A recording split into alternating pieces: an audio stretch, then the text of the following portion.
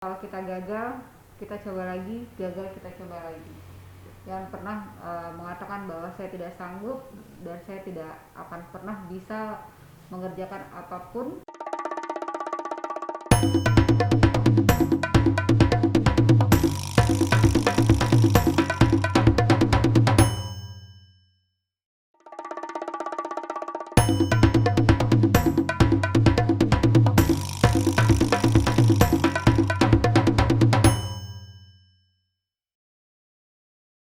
Selamat malam sahabat The Jurnal Indonesia.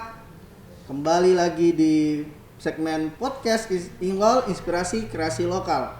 Dengan guest kami malam ini bahagia banget sudah dikasih waktu dan dari kesibukannya beliau. Dan tempat hari ini kita langsung on the spot saya langsung kenalkan sendiri, Klinik Yuyun Skincare. Dengan honornya Kak Yuniarti Arbain atau nama IG-nya Yun Badi yang tinggi banget followernya untuk Bontang. Ya. Sebelumnya makasih Kak Yun udah Mas Denny. diberikan waktu dan kesempatan untuk ya bincang-bincang ngobrol nge-podcast kita. Baik Kak, keseharian kita ini apa aja Kak sekarang? Kayaknya makin sibuk nih kulihat ini Bu Yuyun. Ya, yang pertama otomatis kerjanya di rumah sakit. Siap. Terus yang kedua baru di klinik. Oke. Selain itu Kak? Selain itu jadi ibu rumah tangga. Oke. Terus jadi anak mahasiswa. Oh kita lanjut S3? Ya, sekarang lagi lanjut S3 di Unmul. Ngatur waktunya itu gimana, Kak Yun? Kebetulan kan kalau kuliah masih online ya. Oke. Jadi masih bisa ngatur waktu sih karena jadwalnya itu di hari Jumat dan Sabtu. Sip. Gitu. Dengan kita juga sekaligus dirut di Rumah Sakit Amalia dan ngelola klinik. Tapi Ya. kayaknya kalau sama anak santai aja karena sekolah online semua ya, Kak? Ya, betul. Nggak banyak diantar sudah. Enggak. Biasanya diantar pagi-pagi. Iya. Harus ngantar pagi-pagi, sekarang enggak. Oke, Kak Yun. Ya. Baik, boleh lagi cerita lah. Tentang usaha kita kan dikenal juga sebagai entrepreneur muda Bontang. Usaha apa aja yang selama ini Kak Yun coba rintis? Sebenarnya kalau Selama usaha ini banyak sampai ya, sekarang. usaha yang Ya. kecil-kecil. Sip. Jadi kalau yang besar-besar, yang tampak nyata, otomatis rumah sakit. Oke. Yang kedua, klinik yang kelihatan. Yap. Terus yang kecil-kecilnya ada penyewaan baju bodoh. Oh iya. Ya. Terus ada beberapa sih usaha-usaha juga yang saya lagi kerjakan juga sih Mas Denny. Oke. Termasuk kemarin juga ini ya, bersama saudara ya kayak buat kafe tuh. Ya, betul sekali. Oke. Nah, boleh dicerita Kak Yun bagaimana awal cerita kita lah. Walaupun Ya. mungkin ada beberapa yang kan beda media mungkin beda cerita mungkin. Ya beda suasana juga. Nah, awal mula Kakak merintis usaha di mana Kak? Dan pasti ada kendala di awal-awal. Iya, pasti di awal-awal tuh pasti ada kendala ya Mas Denny. Jadi sebenarnya cukup menyedihkan sih kalau dibilang, tapi itu adalah satu proses pembelajaran di mana dari proses itu saya menjadi orang yang kuat, saya menjadi orang yang semuanya apa-apa sekarang yang masalah besar saya anggap oh ini bisa diselesaikan gitu kan. Karena yang pertama adalah di saat-saat baru dikasih kepercayaan sama orang tua untuk pegang satu rumah sakit yang saya anggap ini adalah tanggung jawab yang besar. Itu di tahun berapa lagi Kak kita? 2011. Wah, Jadi 2011 itu proses pembelajaran saya sih sampai terasa ada 10 tahun ini berarti itu. ya 11 2021. Betul. 10 tahun.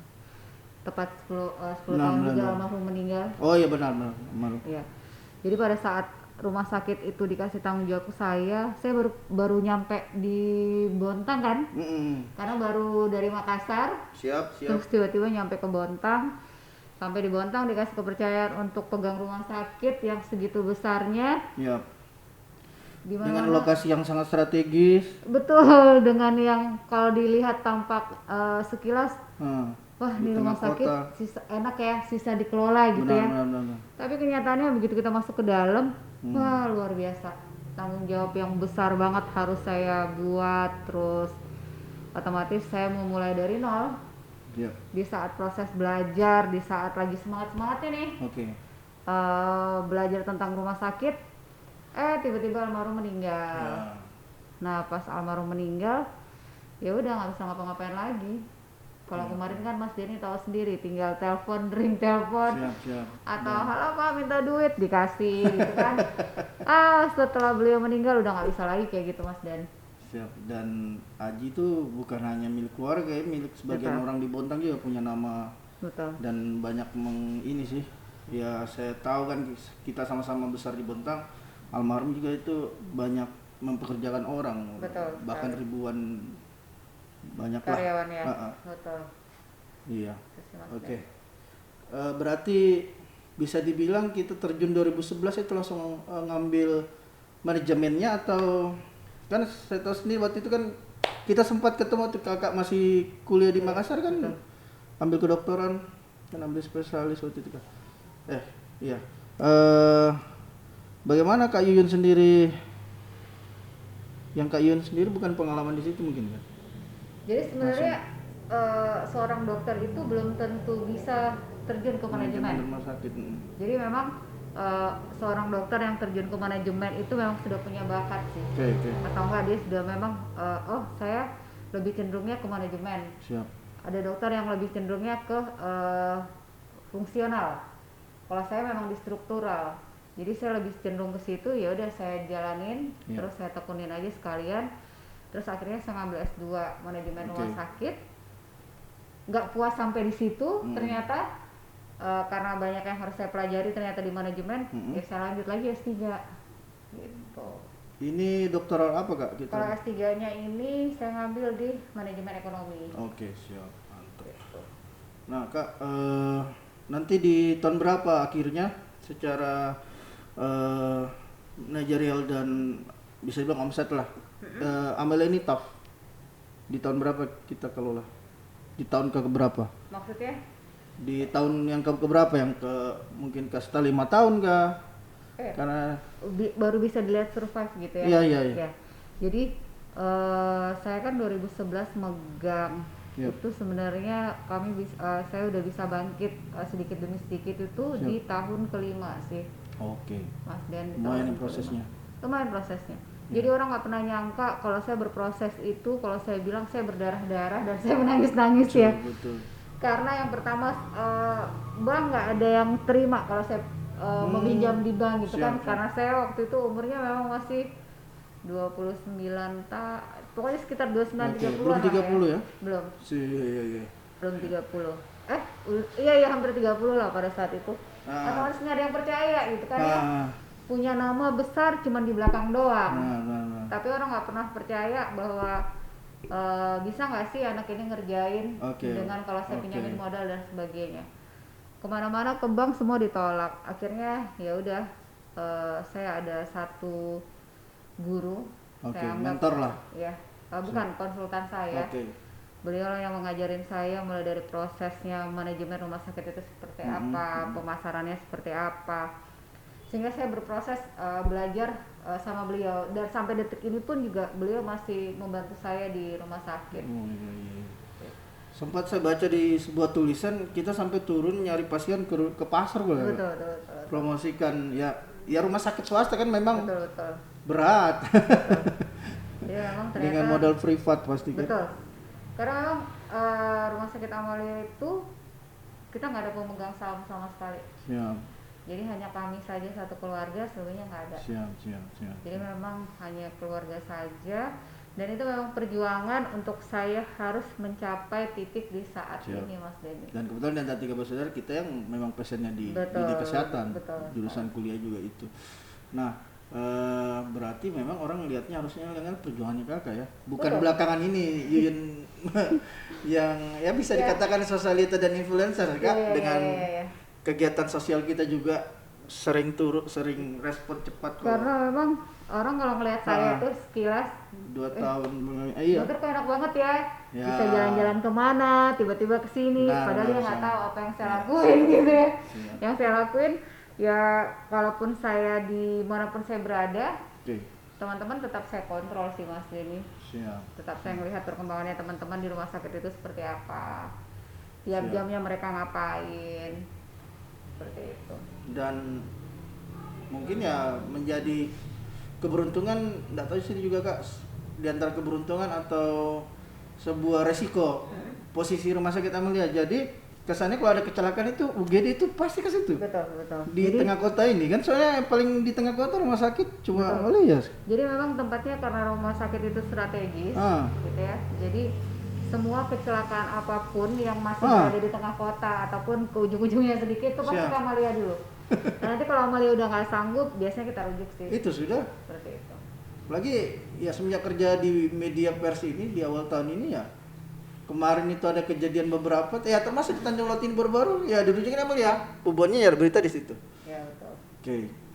Itu tadi soal Amelia. Nah, bisa di-sharing sih Kak. Pasti ada dukanya apa-apa aja. Sebelum kita masuk tentang apa yang lagi kita buat ini. Sebuah skincare. Dukanya yang pasti itu tadi saya bilang, membangun suatu bisnis tidak mudah. Siap. Memang perlu perjuangan, perlu ketekunan, perlu kesabaran, yang ekstra sabar banget. Nah. Terus memang semangatnya harus luar biasa. Karena nggak mudah sih Mas Denny, karena kayak saya gitu, orang nggak pernah nyangka bahwa saya benar-benar terjun ke lapangan untuk jadi seorang pemasaran. Siap. Karena bukan nggak percaya sama orang lain, bukan nggak percaya, cuman memang saya mau tahu dan pengen belajar bahwa prosesnya seperti ini loh. Oke.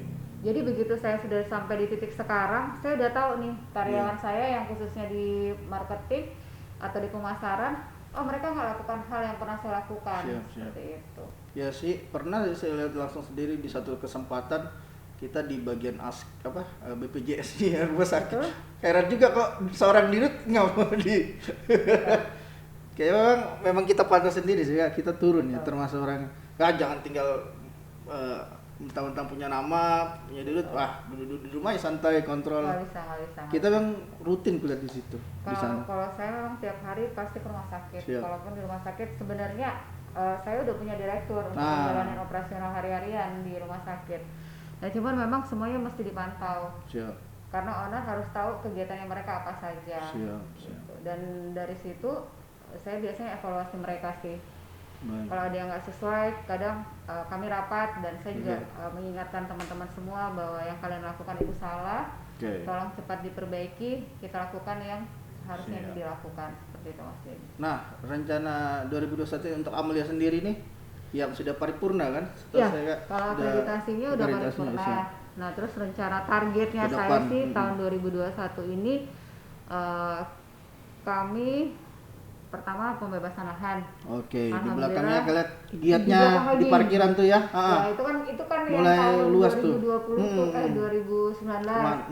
Nah, tahun ini 2021 kita udah membebaskan lagi lahan di belakang. Nah, insya Allah sih targetnya juga tahun ini. Mau dibangun apa di situ nih? Rencana pembangunan poli. Oh, polikliniknya. Poliklinik kami udah kredit banget yang memang harus apalagi masa-masa Covid seperti ini. Kami harus memikirkan bahwa bagaimana supaya orang-orang yang berkunjung ke rumah sakit kami itu jauh lebih nyaman. Seperti itu. Oke Kak, itulah Amelia dengan perjuangan kita, semoga terus berkibar, sukses. Amin. Namanya sendiri Kak, tahu? Nama apa itu? Nama rumah sakit bakal berubah atau? Oh enggak, tetap sih. Kalau nama rumah sakit tetap masih nama yang sama. Siap. Oke Kak, kita masuk nih baru aja Sabtu lalu ya, tanggal 1 Mei ya. Kita mulai di awal bulan Mei ya. Betul. Kita buka klinik skincare ya, bilang perawatan ini bagi aku cowok yang kurang tahu. Dan belum punya calon untuk dibawa ke sini Kak. Iya. Berarti harus nongkrong di sini dong ya. Hitung aku promo ini sama followers yang 10.000 lebih. Karena memang yang ada di sini semua masih jomblo kayaknya. Iya. Aduh. Oke kak, dari seorang dokter ya pasti di dunia kesehatan kita masuk ke rintisan usaha bentuk perawatan lah, Ya, merawat orang. Nah, apa sih kak alasan kita terjun ke masuk ke usaha ini? yang pertama Skincare. adalah saya melihat keadaan Kota Bontang, Oke. di mana ternyata saya punya beberapa teman, kalau saya tanya, perawatannya di mana? Hmm. Rata-rata semua di luar kota, gitu Oh kan? benar. Di luar kota, di luar kota. Terus yang kedua, saya ngobrol-ngobrol sama orang bank, saya selalu bertanya, kalau weekend itu kan pihak bank bisa melihat ya Siap. penggesekan dan lain-lain itu kira-kira yang sering mereka gesek itu kemana gitu kan. Siap. Ternyata rata-rata di luar kota Bontang, Mas Den. Paling dekat lah Samarinda ya. Ya, Samarinda atau Balikpapan. Siap. Tapi Jadi emang, jadi dia bilang, dok, kalau untuk di Bontang tuh benar-benar sangat kurang, dok. Jadi orang-orang Bontang itu banyak menghabiskan uangnya itu di luar kota Bontang. Jadi kayak di Samarinda atau Iya, di mana, di Balikpapan. Jadi saya pikir-pikir, daripada mereka menghabiskan uangnya di sana, kenapa nggak di sini aja gitu ya. Iya. Terutama yang khusus perempuan-perempuan ya. Dan saat saya masuk berfungsi ini bukan kaleng-kaleng, kayaknya kita niat banget ini kayak standar di kota lah, kota-kota besar ini. Ya. Saya pernah lihat yang begini-begini di Makassar ini. Ya betul. Dan karena Balikpapan, memang iya. karena memang jujur saya sendiri memang pelaku mondar-mandir ke skincare kemana aja gitu kan, baik itu di Makassar atau ke Jakarta atau ke Surabaya. Jadi kalau ngelihat tempat-tempatnya mereka memang luar biasa sih. Siap. Kalau mau saya bilang, tempat yang saya bangun ini sebenarnya mungkin belum ada apa-apanya sih dibanding di kota-kota besar. Tapi untuk Bontang wah banget sih kalau kak. kalau Saya masuk kayak ada resto di sini, bukan ternyata skincare. jadi ya kalau untuk standar Bontang oke lah gitu. Iya kak. Nanti bisa dilihatin lah di proses video editing nanti. Ya ini ruangan apa nanti kita cantumkan. Boleh. Nah kak, di sini ada berapa tempat perawatan nih? Kayak banyak bili-bili. Kami ada 6 bed. Karena modelnya klinik ya. Ya. Jadi di sini ada dua tipe paket. Jadi yang untuk anak-anak sekolah, anak-anak kuliah, atau ibu-ibu yang maksudnya, dok, saya punya budget segini nih. Ada nggak sih, saya cuma punya duit segini nih, ada nggak sih tindakan ini yang bisa saya lakukan? Ada. Gitu. Jadi kalau yang standar semacam facial, siapa? Kalau yang seluruh badan tuh? Itu body. Oke. Sama juga treatment muka ya kak? Yap. Jadi kalau masuk ke sini tuh jangan pernah khawatir. Siap. Jangan nggak berani masuk deh karena pasti harganya mahal. Mungkin, iya. Lebih baik datang dulu, kita konsultasi, nanti kita nanya budgetnya ibu punyanya berapa gitu kan. Kalau dia punya segini, ya tindakan yang mesti dilakukan seperti ini. Oke. Nah, pentingnya kak, kita juga pasti perempuan kan, tahu perempuan tuh merawat diri itu gimana kak? Kalau saya kan belum tahu nih, belum ada istri, jadi ya. Jadi sebenarnya sebagai kisi-kisi ya untuk istriku nanti kan. Oke. Jadi sebenarnya pentingnya merawat diri itu yang pertama. Kalau buat saya sendiri dan untuk perempuan-perempuan yang lain juga mungkin sama sih. Untuk meningkatkan kepercayaan diri Mas Denny. Itu penting. Karena kalau udah penampilan bagus, orang udah ngeliat, oh ini orang nih nggak bisa disepelekan nih gitu kan ya. Itu yang pertama. Terus membuat tingkat stresnya juga menjadi jauh lebih cukup mengurangi stres. Yes, benar. Siap. Kalau udah contoh nih kayak saya nih, jerawatnya satu nih, itu salah satunya sebenarnya gara-gara stres yang berkepanjangan, lain pikirkan rumah sakit, lain pikirkan klinik, bla bla blanya. Ya udah akhirnya timbul stres kayak gitu. Jadi kalau misalnya kayak keperawatan gitu mengurangi stres. Dan berbeda perlakuan bagi yang belum menikah sama yang sudah. Perlakuan apa nih? Dia biasa merawat dirinya atau sama aja? Sebenarnya sama sih. Iya. Orang lebih percaya diri kalau dia ngerasa penampilannya lebih oke kan.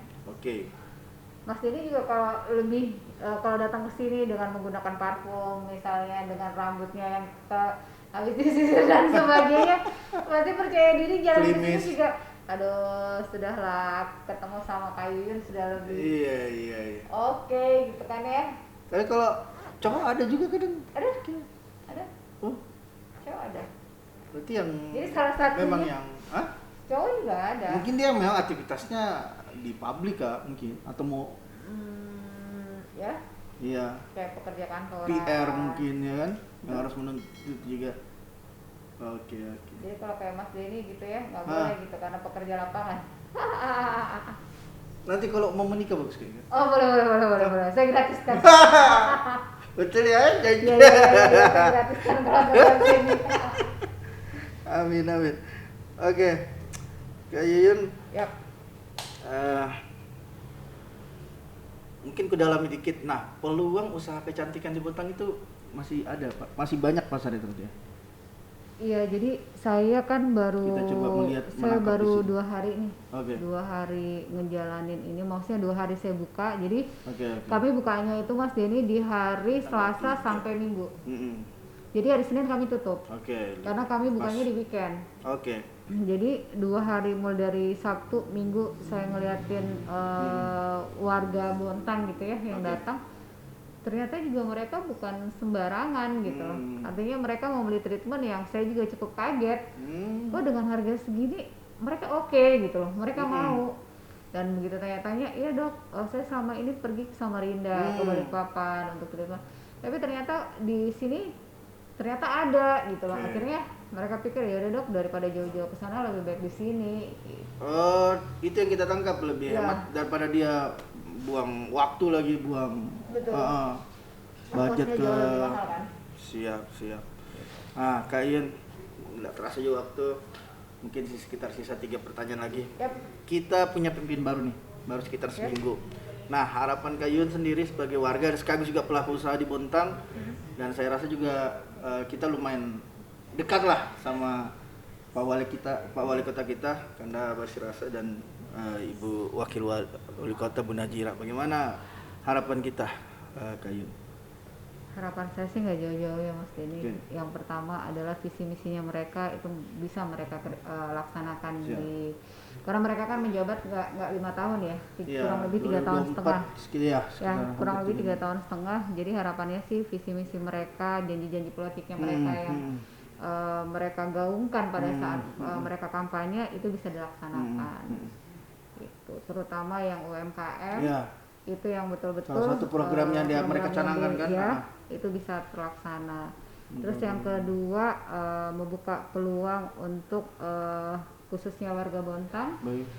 Itu bisa tidak ada lagi yang menganggur. Siap. Terutama anak-anak muda kita, adik-adik kita ini yang baru selesai kuliah. Banyak banget. Jadi kalau saya buka peluang penerimaan karyawan di rumah sakit ataupun di klinik kemarin itu luar biasa. Luar biasa. Saya butuh hanya 5, yang mendaftar bisa sampai 100-an, 80-an. Siap. Sebenarnya sedih sih nggak diterima, tapi memang kita butuhnya hanya segitu gitu loh. Lagi kuotanya juga sudah kita siapkan kan? Betul sekali. Itu sih Mas Denny harapannya itu bisa berkurang lah. Tidak sepenuhnya harus terpenuhi yang pertama tenaga kerja, tetapi setidaknya bisa mengurangi adik-adik yang tadinya sudah selesai kuliah itu bisa bekerja. Baik, memang butuh banyak alternatif tempat wilayah kerja baru sih, Kak Yuyun, karena kita tahu sendiri kan perusahaan-perusahaan besar yang lama di Bontang ini sudah mulai menurun nih. Betul. Terutama kayak di tambang-tambang ini kan tahun depan kayak Indominco, Trust, terus Tama itu udah Badak sendiri goyang-goyang itu. Itu rata-rata udah pada mau tutup kayak gitu. Jadi memang terutama kita anak-anak muda nih yang sekarang harus banyak-banyak punya kreativitas ya untuk membuat sesuatu hal yang bisa menghidupi dirinya sendiri. Termasuk jenis usaha ya di bidang UMKM ini. Betul. Jadi semuanya bisnis sekarang bisa dikerjakan Mas. Iya. Walaupun hanya duduk manis di rumah. Benar. Termasuk online shop ya. Betul sekali. Oke. Kak, 2 pertanyaan lagi. Resolusi kita di 2021 ini secara pribadi dan terlepas dari Amalia kan sudah tadi, apa aja Kak? Resolusi saya yang pertama adalah mudah-mudahan mudah-mudahan klinik ini berjalan dengan baik dan sesuai Amin. dengan target saya. Rencana mau ada pembangunan lagi sih Mas Den. Di mana, di klinik di sana dia Amalia? Kalau di rumah sakit otomatis sudah punya target. Ya, Tahun udah ini kelihatan. tahun ini Tadi. kita udah ada pembangunan untuk poliklinik eksekutif. Terus kalau untuk yang di klinik rencana memenuhi semua dulu alat-alat yang saya butuhkan seperti kayak laser, body treatment. Ya. Itu rencana 2 bulan atau 3 bulan ke depan ini itu harus saya beli. Oke. Nah, karir Kak? Cara berapa? Karir, nah ini dia yang saya kalau ditanya masalah karir saya otomatis masih menjalani yang sekarang Mas Denny. Saya juga ikut mencoba tetap melaksanakan organisasi-organisasi sosial. Siap. Kayak teman-teman wartawan ngajakin, Dok, ada kegiatan ini, saya ikut gitu ya. Saya berusaha untuk tetap ikut andil di dalam. Ya, ada berapa organisasi kita ketuai juga. Ya, betul. Ya kan? Ikatan Dokter Umum Bantang kan? Betul. Siap. Alhamdulillah sih dipercaya Mas Denny. Siap. Jadi itu yang susah. Jadi memang harus dipegang terus kepercayaannya orang ya Mas. Oke. Gitu, Kalau politik? Ini yang saya Masih susah jauh. ngomong. Saya nggak berani ngomong apa-apa Mas Denny. Siap. Yang jelas saya cuma bilang kalau itu memang takdir, kalau udah nentuin, Allah tuh pasti akan menunjukkan jalan kemana yang harus akan saya tuju. Oke. Makanya saya selalu bilang kalau Mas Denny pun juga tanya dari jauh-jauh sebelumnya Mas Denny pernah tanya, Kak kalau nanti misalnya seperti ini Kakak mau nggak?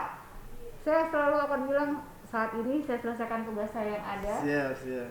Saya cuma percaya bahwa takdir Allah itu pasti. Siap. Dia akan tentukan jalannya kemana harus saya melangkah. Oke. Kalau memang nanti saya ditakdirkan untuk menjadi sesuatu di beberapa tahun ke depan, berarti itu udah takdir dan garis tangan saya Mas Denny. Itu aja sih. Ya karena kan kalau misalnya Amalia pun sudah stabil dengan dokternya yang mengelola di sana. Itu tadi saya bilang saat ini kalau ditanya saya menyelesaikan tugas saya yang ada di depan mata gitu ya. Nanti terserah garis tangannya atau takdir mau mengarahkan kemana ya diikutin. Kalau itu memang yang jauh lebih baik sih. Apalagi potensi investasi saya juga pun mengikuti sih. Mungkin memang terjadi alam sih karena jiwa kita sih Kak. Orangnya yang masuk di beberapa kalangan kan. Saya menangkap Kak Yun dari jauh ini, dia punya investasi sosial yang lumayan. Saya melihat warna-warna Kak Basri dia masih berapa tahun yang lalu. Oke. Tapi itulah kita skip. Kita akan ketemu di lain kalau misalnya Kak Yun akhirnya entahlah dia memilih di ke jalan apa. Saya akan orang yang pertama akan buru dia untuk wawancara. Oke Kak, motivasi atau closing statement lah. Selalu saya tanya senang saya tanyakan ke gue podcast di Indonesia, termasuk kakak kita kemarin itu. Nah Kak, apa tadi kita bilang juga setiap tahunnya ada adik-adik kita baru lulus kuliah atau lulus SMA. Kalau misalnya dia ingin mengembangkan apanya sebagai kita sesama anak Bontang yang lahir dan besar di sini. Ya, jadi ini frame-nya Bu Dr. Yuniarti Arbay. Ya, pesan saya sih selalu jangan pernah patah semangat Mas Den. Karena memang kalau kita nggak percaya diri semuanya akan sia-sia. Jadi kalau saya intinya kalau kita gagal kita coba lagi, gagal kita coba lagi.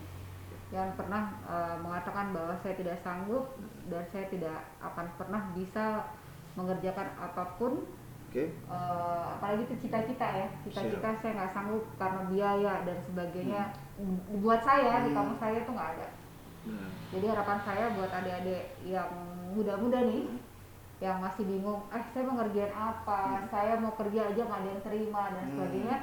Pesan saya jangan pernah putus semangat, kerjakan apa yang kalian punya, gali potensi kalian yang sebenarnya ada di diri kita nih Mas Den. Cuman kita nggak tahu apa sih potensi kita di diri kita. Coba itu digali, insya Allah pasti kalian temukan dan itu menjadikan satu peluang untuk kalian bisa jauh lebih hebat dan jauh bisa mendapatkan uang jauh lebih banyak. Pastinya. Nah prinsip hidup Kak Yun pasti ada pasti. Yang kita pegang selama ini prinsip hidup. Itu. Prinsip saya tidak akan pernah mengatakan tidak bisa. Oke. Saya selalu bisa apapun yang dikasih. Coba dulu. saya akan bilang ya saya Oke. sanggup. Saya bisa selagi itu masih Ya, dalam batas keren. normal ya Mas Den ya. Keren. Oke. Jadi kalau teman-teman tanya, Dok ini bisa dikerjain? Bisa. Oh, Nggak ada kata tidak bisa buat saya. asik. Gitu. Kalau di bahasa Inggris kan yes I can. Wah. Kayun Yati Arbain, terima kasih. Kita beri aplaus atas waktu dan kesempatannya Terima kasih, dan Mas tempat Den. yang sangat enak ini dan sangat buat nyaman. Berarti memang oh iya memang. Kalau orang di sini bikin lama betah. Iya. Biar betah di sini. Oke. Terima kasih Kak Yun. Sama-sama. Sampai ketemu lagi sahabat jujur Indonesia. Bye. Salam live IG-nya juga. Oh, iya. Dah. Dah.